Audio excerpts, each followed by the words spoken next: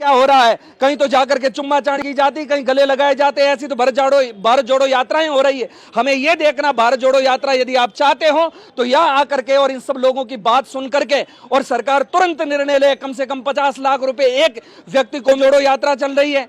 हालांकि ये बात मैं इसलिए कह रहा हूं कि मैं किसी पार्टी से नहीं हूं, साधु हूं, इसलिए मेरी ये जिम्मेदारी बनती है कि मैं दोनों पार्टी के बारे में कह सकता हूं। इसलिए ये बात निवेदन कर रहा हूं, भारत जोड़ो की बात ना कर रहे हो और यहां प्राण जा रहे हैं। भारत जोड़ो में देख रहे हैं आप, हम सब लोग क्या क्या नहीं कोई ऐसी परिस्थिति है जिसके विषय में हम लोग प्रसन्नता व्यक्त कर सकते हैं।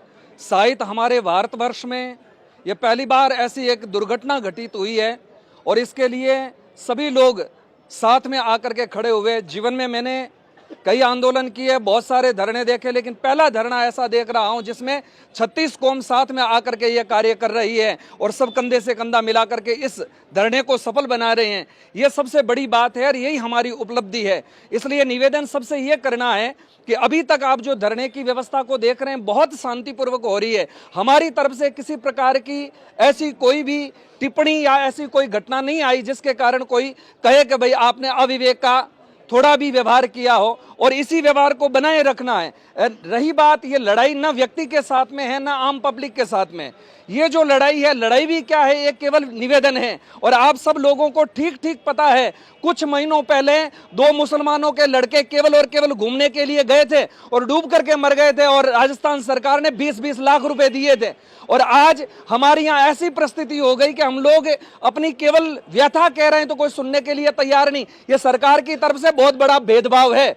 यदि सरकार चाहती है कि सबको साथ लेकर के चल, इन बातों को देखने के बाद मेरे जैसे व्यक्ति को एक बात समझ में आती है कि सरकार की नजर में वोट की तो बहुत महत्वता है, बहुत कीमत है, लेकिन मनुष्य की जान की कोई कीमत नहीं है। और यदि कीमत होती तो सरकार अभी तक निर्णय ले लेती। आप हम सब लोग जानते हैं कि थोड़ी सी किसी के लग जाती है और थोड़ा सा घाव हो जाता, तब भी कहा जाता है डॉक्टर की तरफ से कोई नई बीमारी हो सकती है, कोई कीटाणु पनप सकते हैं। तो इस समय देखने की यह बात है, जो लोग अग्नि में झुलस गए हैं और जल गए हैं उनकी बॉडियों को रखा जा रहा है। हम सब लोग समझ सकते हैं कि नई कोई बीमारी होने की संभावना हो सकती है, नए कीटाणुओं के कारण नई किसी को क्षति हो सकती है। ये बात सरकार के समझ में क्यों नहीं आती है? सरकार को यह बात समझनी चाहिए और जो कार्य बाद में करना वो पहले क्यों नहीं करते हैं? आखिर धरना दिलवाना, रैलियां करवाना, बार बार कुछ कहना सुनना और अंत में वो निर्णय करना है तो अभी क्यों नहीं कर लेती सरकार? और बहुत कोई ऐसा भी नहीं, सरकार पर हम आक्षेप करते हैं कि भाई सरकार हमारे लिए बहुत बड़ी गाड़ियां दिलवा दे, हमारे लिए कोई विशेष व्यवस्था कर ले।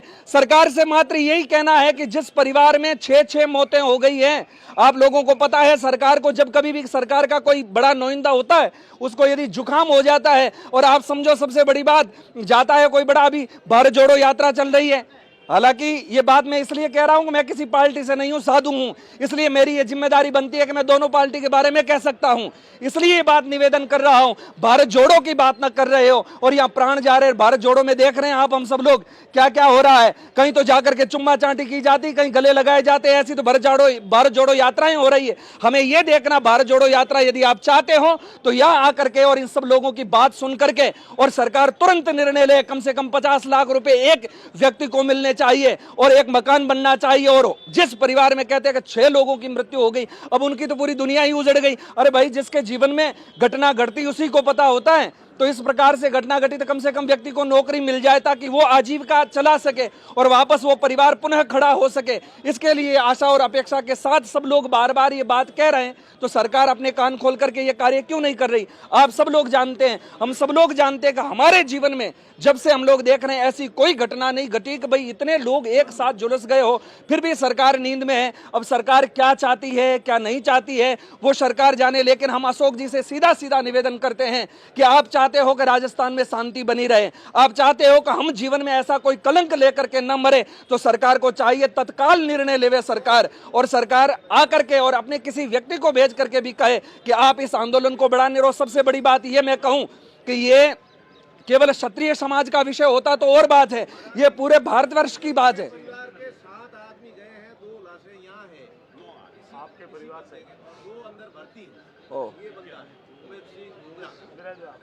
आप हम सब देख लो, हमारे सामने उमेश सिंह जी, इनके परिवार में 7 लोगों की मृत्यु हो चुकी है और अभी भी सरकार को कहना पड़ रहा है भाई परिवार का कोई मुख्य होता, जैसे हम सरकार में अभी वर्तमान में मुख्यमंत्री हमारे लिए वो राजा है और राजा को ये पता नहीं कि मेरी प्रजा में क्या हो रहा है, इससे बड़ी क्या दुखद घटना हो सकती है। ऐसी अंधी और बैरी सरकार भी क्या काम की है। सरकार को चाहिए कि वो तत्काल निर्णय लेवे और हम लोग, मैं कह रहा हूं मेरी तरफ से, एक आम लोग तो हैं ही, लेकिन आप जिस परिवार में क्षति हुई है, जरूर जो क्षति हुई उसको तो हम पूरा नहीं कर सकते, लेकिन अब आपके साथ में सारा हिंदू समाज है और यदि जरूरत पड़ेगी तो हम साधु संत साथ में आएंगे और धरने पर बैठेंगे और उग्र से उग्र आंदोलन कैसा किया जाता है आप लोग सब सुनते हैं, पढ़ते हैं कि आजादी से लेकर के अब तक क्या क्या हुआ और कैसे आजादी को प्राप्त किया गया।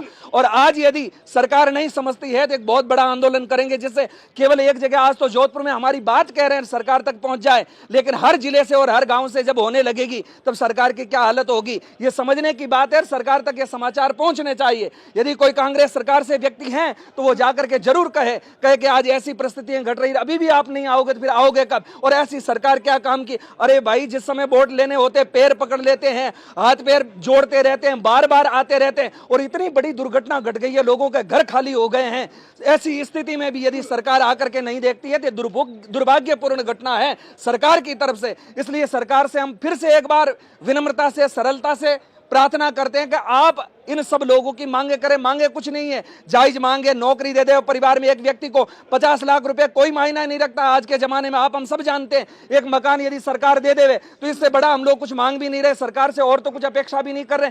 कम से कम उस परिवार को लगे कि सरकार कुछ कर सकती है, बाकी सरकार केवल निठल्ली होकर के, बैरी होकर के रहेगी तो परिणाम बहुत भयानक होगा सरकार के लिए। हम लोग सबसे चर्चा कर रहे हैं, साधु समाज को भी, सबको, हर संत से ज्यादा नहीं तो हजार लोग जुड़े, इतने लोग यदि आएंगे तो वो आंदोलन कैसा हो सकता है, इस पर सबको ध्यान करना चाहिए सरकारी लोगों को और ये सारी बात सरकार तक पहुंचनी चाहिए। और जिन लोगों को हम देखते हैं, सुनने में आया है कि भाई कुछ लोग ऐसे थे और लोग कहते भी हैं कि भाई जिन्होंने मतलब अचानक जलते जलते बाहर जो बिल्कुल ही उससे अलग था वो भी दौड़ करके भीतर आता है, खुद के प्राणों की परवाह नहीं करके के लोगों को बचाता है, ये बड़ी बात होती है। और उसके बाद में कहते हैं कि एक सेन बंधु था, उस आदमी ने भी अपने प्राण लगा करके भी लोगों को बचाने का कार्य किया, ये है मानवता। और लोग कहते हैं कि राजपूतों ने क्या किया, हकीकत बात है, हम लोग कहते थे कि हमारी यहाँ की क्षतियां जोहर कर लेती, और इस विषय में भी हम कह सकते हैं कि बहन बेटियों के वहां वस्त्र जल गए थे और वो बाहर आ रही थी तो लगा कि बुजुर्ग लोग बाहर खड़े तो वो वापस चली गई। इससे बड़ा जौहर क्या हो सकता है,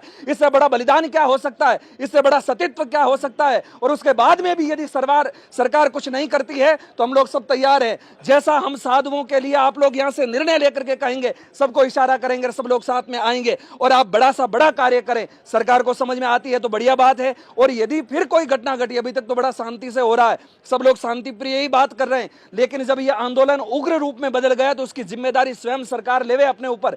प्रशासन पहले से सूचित कर देवे कि भाई ऐसी घटना हो सकती है। अरे हम लोग हमारे लिए तो कुछ मांग ही नहीं रहे, जिन लोगों के प्राण चले गए, जो घर बर्बाद हो गए, आज वहां पर कुछ है नहीं, बंजर हो गया, सब कुछ जल करके राख हो गई, उसके बाद भी सरकार इंतजार कर रही है।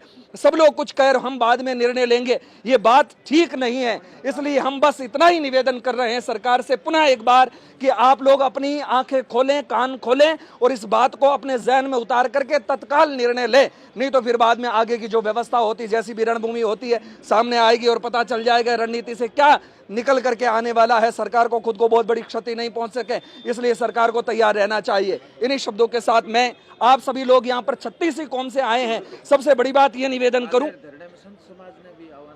ठीक बात है, हाँ मैं ये भी निवेदन करूं, कल धरना है, उसमें अपने जोधपुर में करीब 150-200 संत हैं, उन संतों से हम लोग संपर्क साधेंगे और कल के धरने में महात्मा लोग भी आवे, ताकि थोड़ा बढ़िया लगे कि वाकई हिंदू समाज पूरा साथ है, जिसमें हमारे सनातनी लोग सब साथ हैं। और इस व्यवस्था को यही देखना कि मानवता के नाते आए, न्याय मांगने के लिए आए, जाति विषय का कोई लेना देना नहीं। मुझे पहली बार ऐसा लगा कि 36 कौम यहाँ आकर के देख रही है, और वास्तव में राजपूत समाज ने युगों से नेतृत्व किया, आज लगता है कि वाकई नेतृत्व किया, इसलिए 36 कौम यहाँ आकर के और इस धरने पर बैठ ये सबसे बड़ी बात होती है। मैं साधु संतों से भी, पूरे राजस्थान से और जोधपुर से जितने भी महात्मा हैं हमारे बड़े बड़े, उन महात्माओं से भी आशा अपेक्षा करता हूं कि वो लोग भी कल आए मेरी अपील को सुन करके और इस धरने को नया रूप दे, ताकि सरकार को पता चले। हमारे राजस्थान सरकार में भी काफी संतों की चलती है, वो महात्मा भी ये बात कहे ताकि सरकार कुछ अच्छा निर्णय ले और बढ़िया निर्णय ले, जिससे सरकार को शिकायत करने का हमें अवसर नहीं मिले।